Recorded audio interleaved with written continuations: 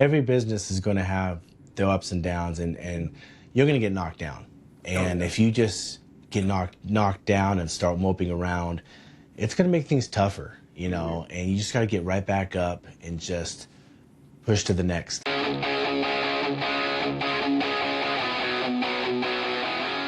This episode is brought to you by my friend Silas Lagoy over at ForgeMark Wealth. If you're a high-income business owner or professional and feel like you're getting crushed by taxes, you're not alone. And more importantly, you're not stuck. ForgeMark Wealth specializes in advanced legal tax strategies and wealth planning designed to help you keep more of what you make, grow it efficiently, and actually build long-term freedom, not just income. If you're making serious money but don't have a real strategy behind it yet, I highly recommend connecting with Silas and his team. What's up, everybody? This episode is sponsored by ExitWise. If you're a business owner thinking about selling your company, whether that's now or years down the road, you need to know what your business is actually worth and how to maximize that exit. That's exactly what ExitWise does. They help you prepare, position, and ultimately sell your business by assembling a world-class team of M&A experts around you, guiding you from valuation all the way through closing. If you want to know what your business is really worth and how to increase that number before you sell, go check out exitwise.com and get ahead of it. Where are you guys located? We are located in Santan Valley in Arizona. Oh, okay. Gotcha. How's the weather down there? It's starting really hot, extremely hot. It just seems each year it just starts earlier and earlier. So Yeah, I get that. It's that's all right. Reaching 100. Oh yeah, absolutely. It's I'm in Denver, and as you probably been following the weather all winter, we didn't get hardly any No snow. and it's gonna be, it was 85 yesterday. It's gonna be pushing right about 85 here in Denver today too. So Well, I'd rather have the 85. yeah, I get it. Well, yeah. So give me a little bit of background. How'd you guys get started into is window washing, correct? Yeah, so I started out in Vegas in 2010. I was running a company. First, started out as a regular employee. Then I started running the company for about 4 years. 14, I went ahead and moved out here to Arizona so we could be closer to my wife's family. And I started my own business out here in 2014. I traded my 2013 Camaro in for a work van. I went out and bought a trailer, power washer trailer, basically all the equipment, and started from scratch. And that's how we started. No marketing, just word of mouth, and we've grown that way. Wow, very nice. So you've been doing this for over 10 years now. Yeah, yes, it's been doesn't seem that long, but yeah, it has been. Yeah, very nice. How's growth been over the last 13 years or so since you guys started? Really good, really good. I mean, you always want it to be better, of course, but it's definitely been good. We are at when we first started out, there's always the rocky road on trying to get your foot in the door and everything like that. And now that we've kind of established ourselves and all of our clients, our commercial clients, we're about 85% commercial and we're about 15% residential. Only reason being for that is because when I started, I know it's how difficult it is to get your foot in the door.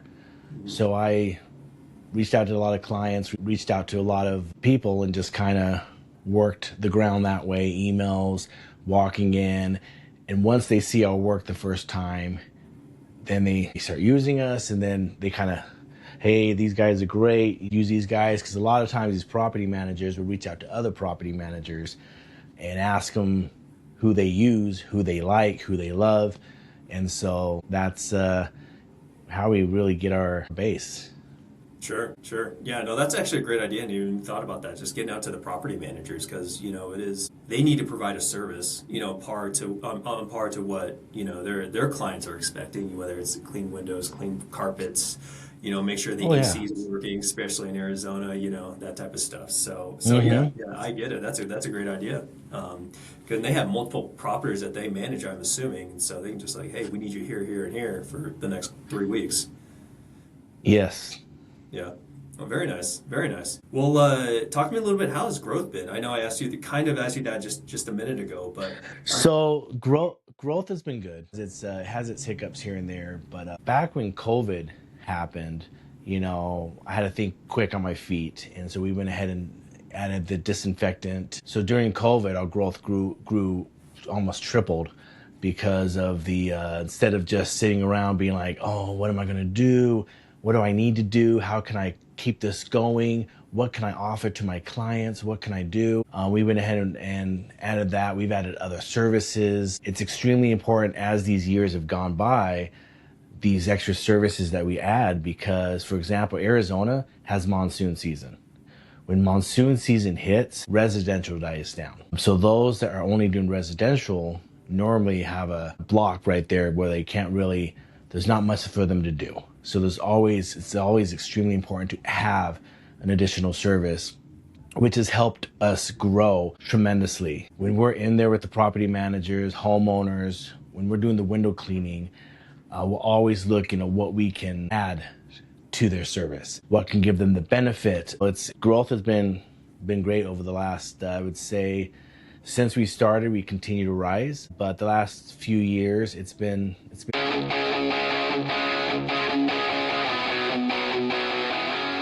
This episode is brought to you by 10X Nerds. If you're a business owner doing real revenue, there's a good chance you're overpaying in areas you haven't even looked at.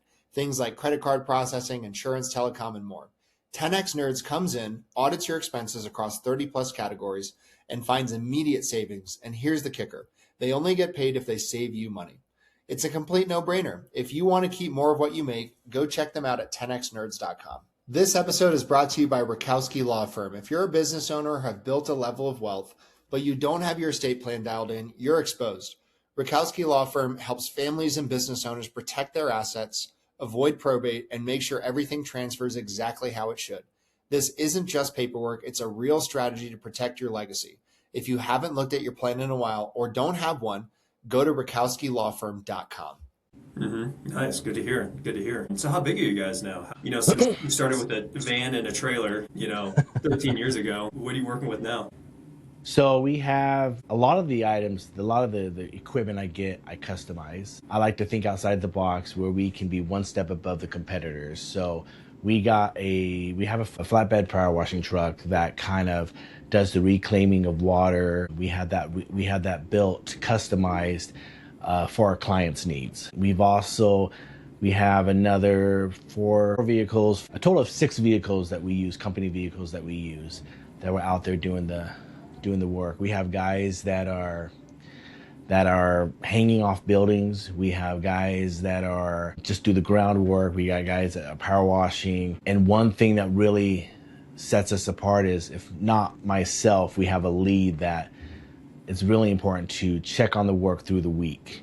If you don't check on the work through the week, you may just hear from the clients, and so we just want to make sure, even though everything seems to go well, there's always those hiccups. So you're going to have those guys that kind of may miss something. So we always do a check-in. Gotcha. Okay. Very nice. Very nice. Looking forward to 2026. How are you guys looking, like, business-wise? Projections. Talk to me a little bit about that. Okay. Projections, we're hoping to double, if not triple, in 2026. During 2020, we spent a lot of time with clients, not basically just sending out emails and showing them our work, our videos. We go ahead and do the videos, and then we send them pictures, and then we give them a bio of the company. Mm-hmm. A lot of the people that we do work for, really anyone, they love the uniforms. They love that when you go to a job, you guys represent, you look nice, they know who's on property, who's there. I mean, each year we grow. Yeah. So it's very hard sometimes to make. We're gaining accounts. I think just this year, from October to January, we've gained 5 huge commercial accounts, and that's from progress of communicating with the client, letting them know we're still there. If the clients already have a service provider, we just ask to be their backup. We ask to be Plan B. Yeah. Because we know as we're Plan B, eventually, honestly, most of the time we become Plan A. Sure, absolutely. And it's really, to your point, Rusty, it's staying relevant too. It's just like you said, the constant communication. It's one of those things that's out of sight, out of mind type of thing. And if you're not constantly like in their ear or in front of them, they're going to move on to someone like, oh, I need a window washer. And they haven't heard from you for 3 months, 4 months or whatever. Like, oh, I'm just going to go Google, hey, window washers near me, that type of thing. And, there's probably a pretty good chance that your name will not pop up. So, it's just one of those things that you need to be like, hey guys, how's it going? I'm still here. Let me know if you need anything, type of thing. So I think the power of communication goes a really long way. Even if it's something simple like sending them a Christmas card, something like that. But no, yeah, communication is extremely huge. We have clients that when we go out to bid jobs and we walk the property with them, first thing they say is, communication is huge. This last company is just not communicating. They just show up when they want. We go ahead and send emails out when we're going to show up. If weather slows things down, if anything, we communicate with them right away, because it's so important that they let their tenants know, that they let the people renting their spaces know what's going on, because sometimes they have events. They got parties, they got things going on. Last thing they want is a window cleaner hanging from the building, or, a lift out where they're having, their setup. Mm-hmm. Yeah. So, yeah.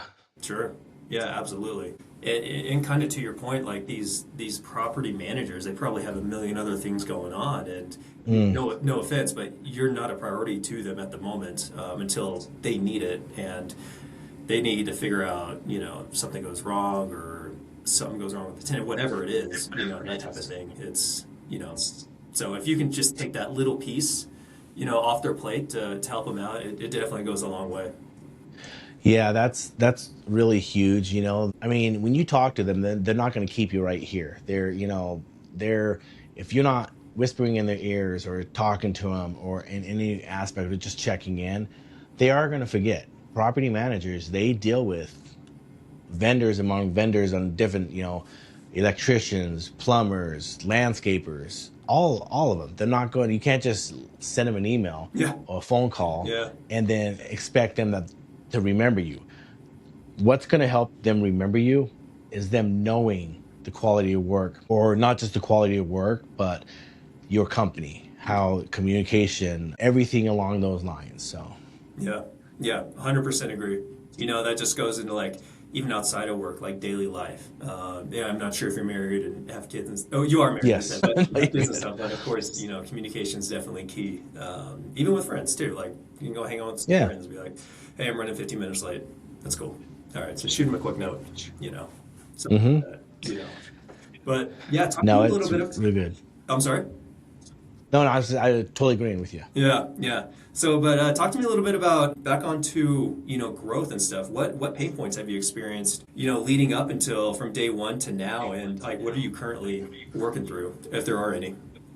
Okay. Well, we are currently working through a situation to where last year, I've always been a hands-on person. I like to work within the business, helping my guys. I like to do the training because I know the guys are being trained right and being taught right. And last year, back in April, I decided to step back and just work on the business. And things are going great. Everything's been well. But sometimes you have those few hiccups. Employees that just all of a sudden they may quit, or you got to make changes because the performance is not there. And keep in mind, we give many opportunities, many chances, many, positive feedback before we do any type of, changes in the employment. But it's basically just, and then my mind went blank. All good. It happens to me all the time.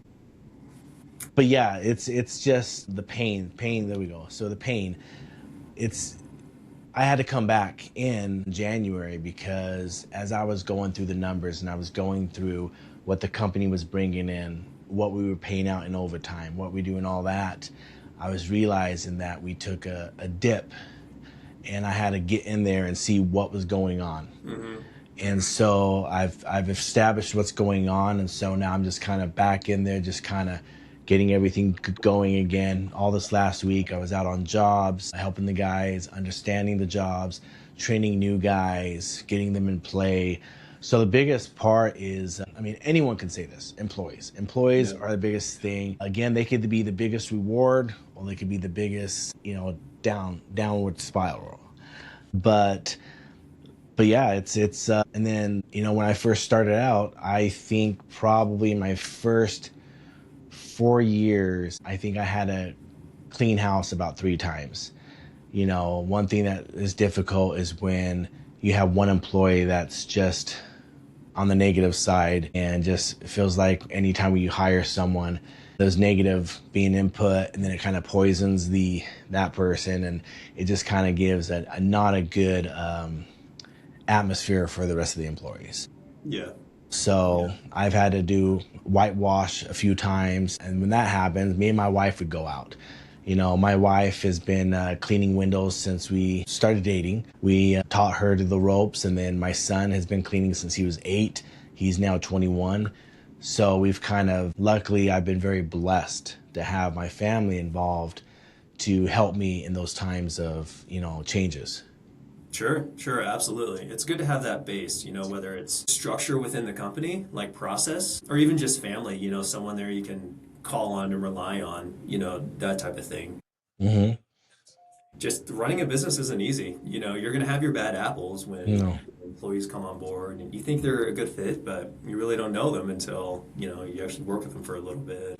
Things like that. Things change. But the thing is, like, I think the lesson there is just you got to learn quick, like once you see something, make a change, because it's just going to drag you down. It's going to drag the business down. It's going to drag everybody else down. It's just a snowball effect. Every business is going to have their ups and downs, and you're going to get knocked down. And yeah. if you just get knocked down and start moping around, it's going to make things tougher, Mm-hmm. and you just got to get right back up and just push to the next. Yeah, exactly. That's the thing. That's also life. I think a lot of business aspects you can, transfer to life, whether it's, communication and the learning fast, that type of stuff. So, but yeah, it's Yeah, the way the world turns. for sure. Yeah. So how many, I remember if I asked you this, but how many people do you have in your company? We're still, we're still that local small company. We have, let's see, give me a second, 2, 3, 4. We got about 10, 11 employees. Okay, wow. Yeah, it's a good size. Yeah. Yeah. Yeah. Yeah. Yeah. You don't want it too much to where you can't manage it, but also you need enough staff on board to handle all your projects. It's extremely important to have that leadership, have some of those guys that can lead and that can teach and train and have patience. Patience is a huge thing that I teach my guys, that they need to have patience and even love for those that we hire, because they're the backbone of the company. Mm-hmm. Right, exactly. It's about finding that sweet spot too. Like, you need to have good guys. I feel like if you have too many people, it's just too much. So again, just popping back down to that base, like I was just explaining to you, and then from there you can just like, oh hey, let's go try this. That doesn't work. Okay, let's go back to our base and let's try this. Something like that. So Yeah. but this is a question I'd like to ask. You've probably seen it all over the last 13, 14 years. But do you have a big oh no moment, oopsie moment? Something you're like, man, I wish I could take that one back.